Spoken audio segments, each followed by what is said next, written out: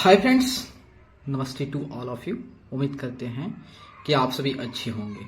आज हम लोग जो टॉपिक स्टार्ट करने जा रहे हैं वह है सब्ट्रैक्शन ऑफ रेशनल नंबर्स। मतलब जो है, इसके पहले हमने देखा कि कैसे जो होता है दो या दो से अधिक रेशनल नंबर को हम ऐड करते हैं।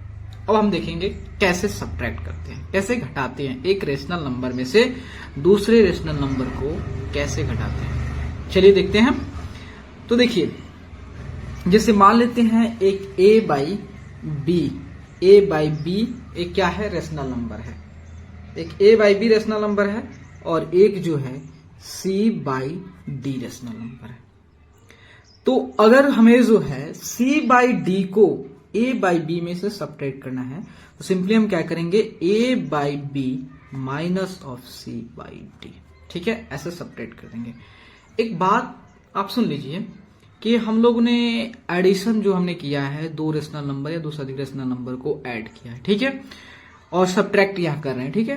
तो हम जानते हैं कि हम पहले से जानते हैं कि एडिशन जो होता है सब्ट्रैक्शन से जो होता है काफी इजी होता है। मतलब उसको ऐड करने, देखिए हम किसी चीज को बहुत क्विकली ऐड कर लेते हैं, बहुत जल्दी ऐड कर लेते हैं, बहुत जल्दी ऐड कर लेते हैं कंपेयर टू सब्ट्रैक्शन।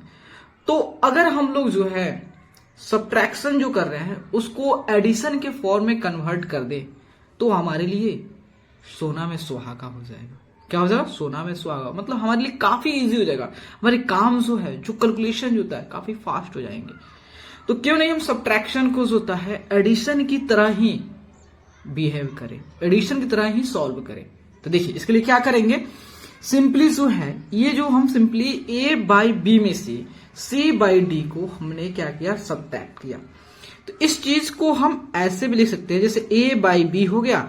अब हमें कौन से टर्म को सब्ट्रैक्ट करना थे, c बाई डी वाले रेशनल नंबर सब्ट्रैक्ट करना है। तो जिसको हमें सब्ट्रैक्ट करनी है ना, जिसको हमें सब्ट्रैक्ट करनी है उसका क्या कर लेंगे, एडिटिव इनवर्स ले लेंगे। क्या कर लेंगे, उसका एडिटिव इनवर्स का कुछ और नहीं है, बस उसका अपोजिट है। अगर वो नेगेटिव रेशनल नंबर है तो उसको पॉजिटिव कर देंगे, अगर पॉजिटिव है तो नेगेटिव कर देंगे। दैट मीन्स यहां प्लस साइन लगा देंगे, ठीक है।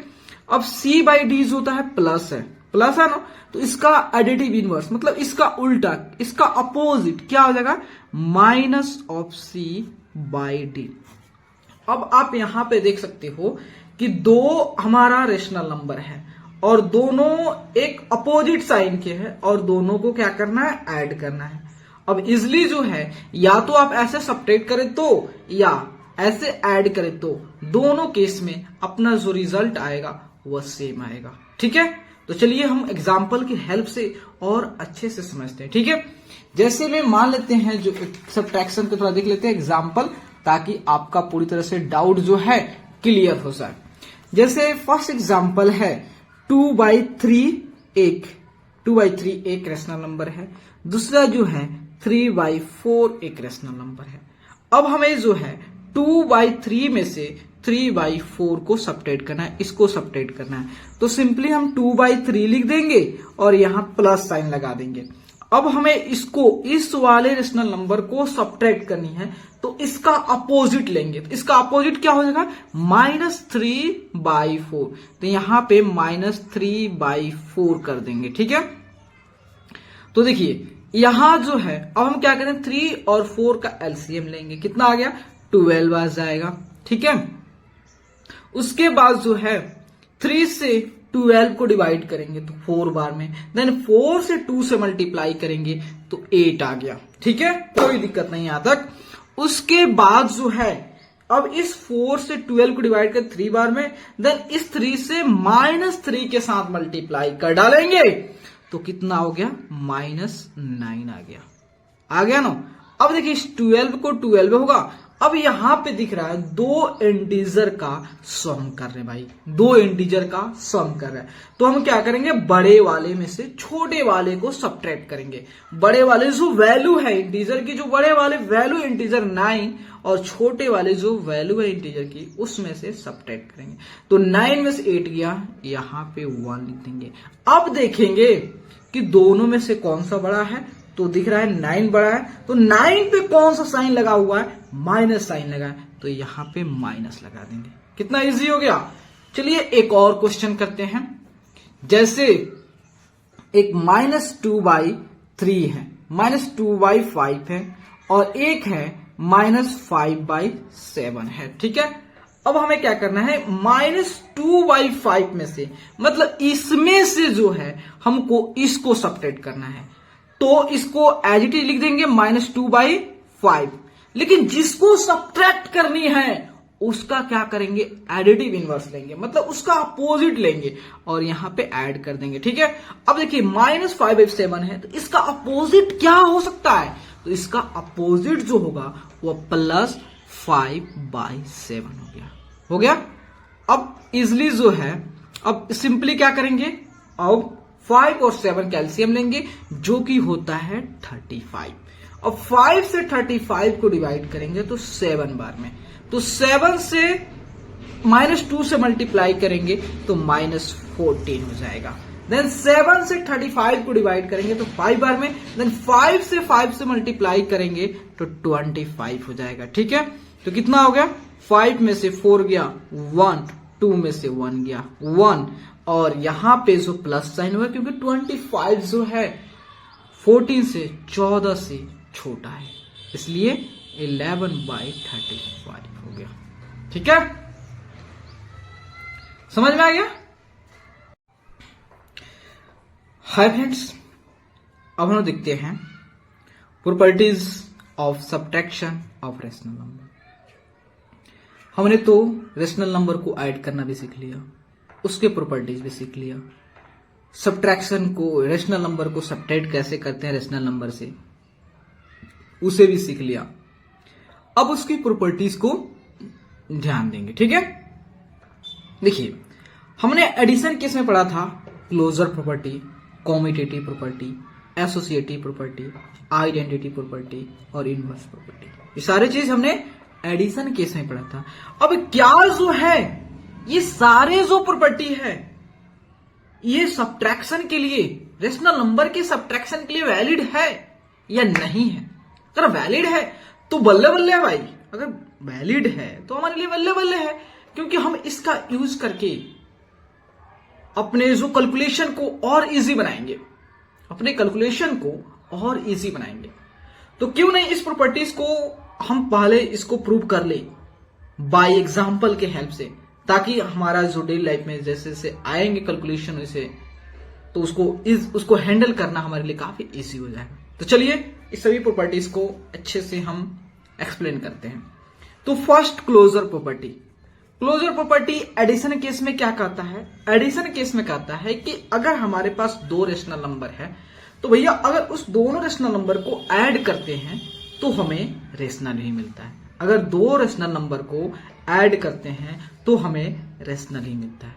तो इसका सब्ट्रैक्शन केस में क्लोजर प्रॉपर्टी क्या कहता है कि अगर जो होता है हमारे पास दो रेशनल नंबर है तो अगर उसका सब्ट्रैक्ट करते हैं, एक रेशनल में दूसरे रेशनल में सब्ट्रैक्ट करते हैं तो हमें रेशनल ही मिलेगा क्या। चलिए देख लेते हैं। तो देखिए जैसे फर्स्ट वाला लेते हैं, ठीक है, जैसे मान लेते हैं 3/4 लेते हैं, एक लेते हैं आपका 4/8 लेते हैं, ठीक है, इसको 7 बना देते हैं, 7/8 हो जाता है। ठीक है, अब हम क्या करें, 3/4 में से 7/8 को सब्ट्रैक्ट करते हैं। तो हम जानते हैं इसको सब्ट्रैक्ट करने से अच्छा इसको एडिटिव में इसको एडिशन जैसा कन्वर्ट कर देंगे, तो यहां -7/8 हो जाएगा। देन 4 और 8 कैल्शियम कितना होगा, 8 हो जाएगा।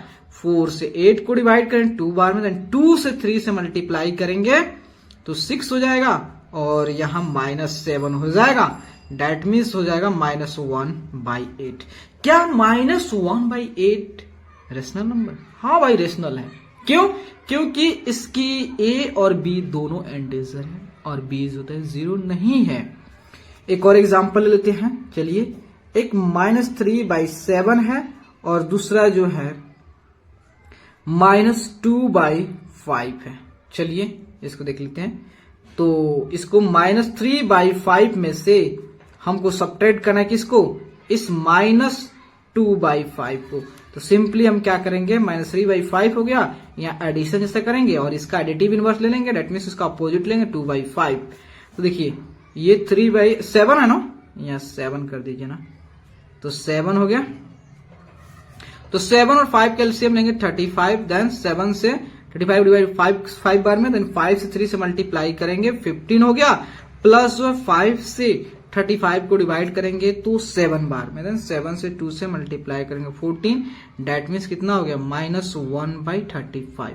क्या -1/35 जो हमारा जो रिजल्ट आया, क्या ये जो आपका रेशनल है? हाँ रेशनल है।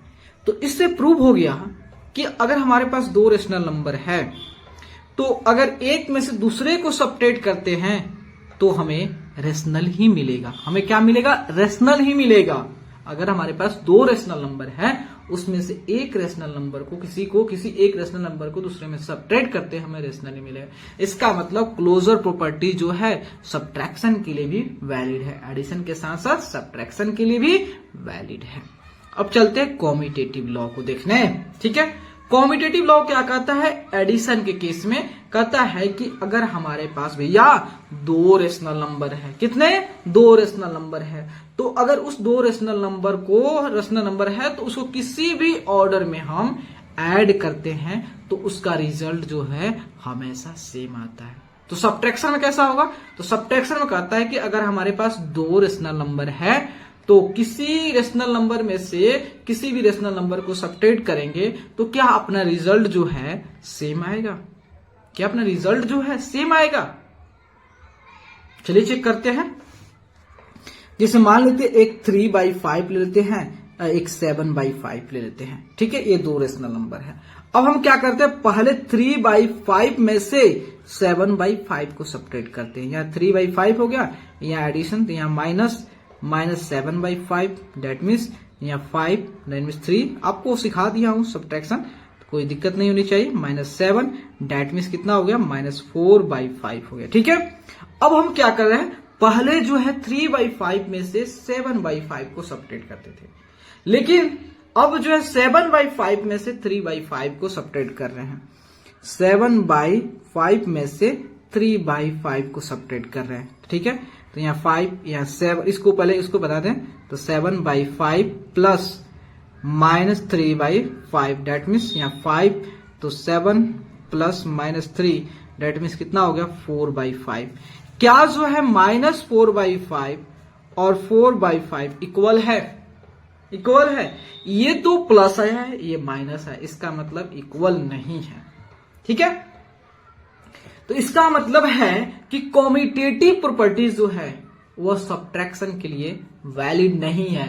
तो हम इस बात को ध्यान रखेंगे कि अगर बोलेगा कि अगर हमसे बोल दे कि दो रेशनल नंबर दिया है, अब बोलेगी इसमें सब्ट्रैक्शन कीजिए, तो हम सब्ट्रैक्ट नहीं करेंगे। क्यों? क्योंकि हमें ये जो इंफॉर्मेशन नहीं दिया है कि किसको किस में से सब्ट्रैक्ट करना है। एडिशन केस में बोलेगा ऐड करना, तो सिंपली ऐड कर देंगे, किसी को किसी में से ऐड करना। लेकिन सब्ट्रैक्शन केस में हमें कंडीशन देगा कि आपको इसमें से इसको सब्ट्रैक्ट करना है, तभी सब्ट्रैक्ट करेंगे, नहीं तो वरना नहीं करेंगे। क्योंकि हम देखें कि कॉम्यूटेटिव प्रॉपर्टी जो है वह सब्ट्रैक्शन के लिए वैलिड नहीं होता है। तो चलिए इसको अब नेक्स्ट एक प्रॉपर्टी है वो भी देख लेते हैं। नेक्स्ट प्रॉपर्टी है अपना एसोसिएटिव प्रॉपर्टी। एसोसिएटिव प्रॉपर्टी जो है वो एडिशन केस में क्या कहता है? तो एसोसिएटिव प्रॉपर्टी जो है वो एडिशन केस में कहता है कि अगर हमारे पास 3 रेशनल नंबर हो या 3 से ज्यादा रेशनल नंबर हो तो हमें जो है जिसको चाहे 2 रेशनल नंबर को लेंगे और उसको ऐड कर देंगे और उसका जो रिजल्ट आएगा उसको तीसरे के साथ भैया ऐड करा देंगे। कोई भी 2 रेशनल नंबर को उठाएंगे और उसको ऐड कर देंगे। तो क्या ये जो सब्ट्रैक्शन के लिए भी वैलिड है? अगर हमारे पास 3 या 3 से ज्यादा रेशनल नंबर है और हमें उस रेशनल नंबर को सभी को सब्ट्रैक्ट करना है, तो क्या हम कोई किसी रेशनल नंबर को लेकर सब्ट्रैक्ट कर सकते हैं? क्या हमारा आंसर सही आएगा? हमें तो नहीं पता, तो चलिए देखते हैं। चलिए एक मान लेते हैं 3/5 हो गया, एक -2/5 हो गया और एक 7/5 हो गया। ठीक है, आपको सिखाना इसलिए छोटा छोटा ले रहा हूं, फिर बड़ा बड़ा लेके क्या करूंगा, आपको तो ऑलरेडी सब्ट्रैक्शन सिखा चुका हूं, इसलिए थोड़ा सा छोटे छोटे डेटा लेते हैं, ठीक है। तो यहां देखिए, तो हम क्या करें, सबसे पहले 3/5 में से 3/5 में से जो है हम -2/5 को सब्ट्रैक्ट करते हैं, ठीक है।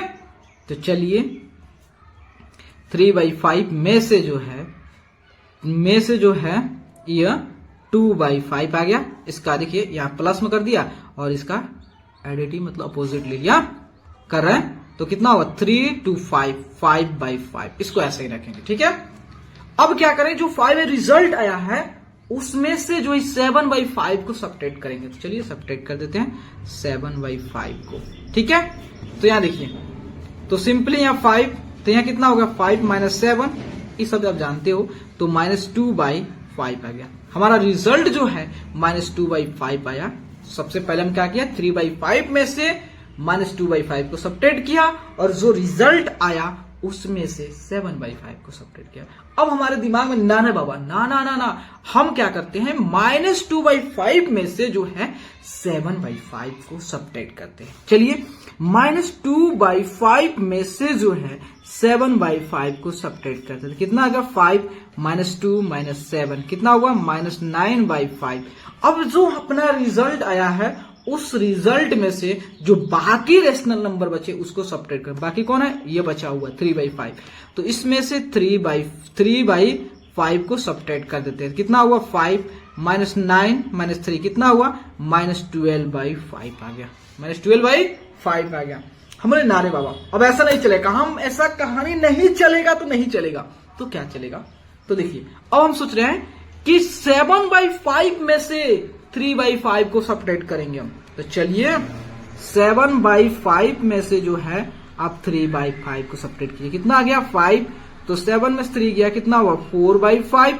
अब जो रिजल्ट आया है उसमें से जो है जो बाकी बची है उसको सब्ट्रैक्ट कर, -2/5, -2/5 यहां माइनस कर दें, यहां माइनस, ठीक है।